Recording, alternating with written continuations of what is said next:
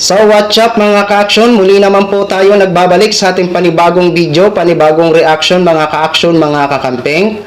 Yung nakikita nyo po sa screen na mga nakapangkulay green, alam nyo naman, siyempre mga DDS po ito. Ito po yung sitwasyon ngayon sa Dahig.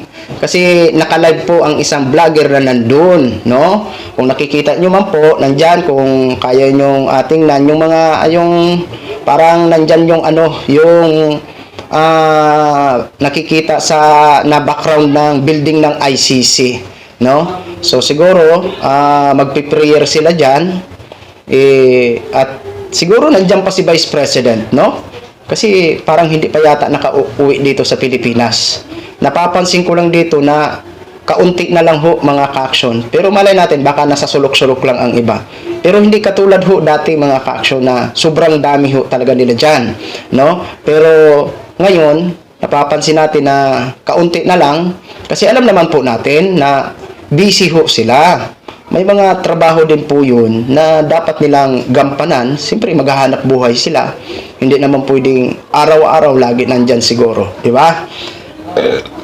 Kasi alam naman po natin, ang ilan sa kanila is galing pa sa iba-ibang bansa ho, mga ka-action. So, ito po, titingnan lang po natin ang sitwasyon nila dyan, no? I-play ho natin ng kaunti ang video, wag natin panuorin ng matagal, no? Ito lang po para mapatunayan ko sa inyo na ito po na mga pagtitipo nila doon po sa Dahig. In the whole world, including the OFW land base and sea base. Buenos dias, Ginger, Guten Morgen.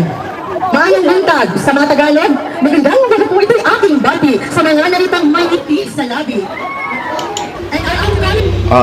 Kung nakikita nyo, may nakalagay pa, may banner pa na I stand PRRD.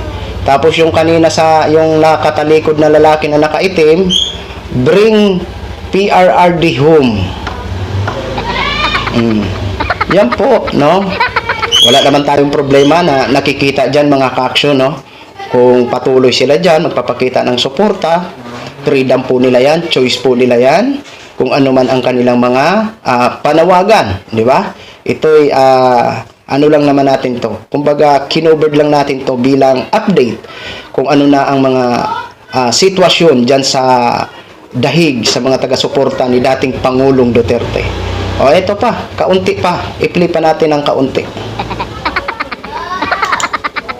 Coming guests and leaders from different organization, may the power of friendship and love, the power of God. Okay, yan lang po. Hanggang dyan lang po tayo mga ka-action ha. Pinakita ko lang po sa inyo, share ko lang po dito sa ating programa ang sitwasyon ng ating mga kababayan doon sa Dahig na taga-suporta ni dating Pangulong Duterte. Okay? So maraming salamat po sa ating mga viewers, Luzon, Visayas at Mindanao all over the world. Ako po ang inyong lingkod, si The Action Man. Have a good day, everyone.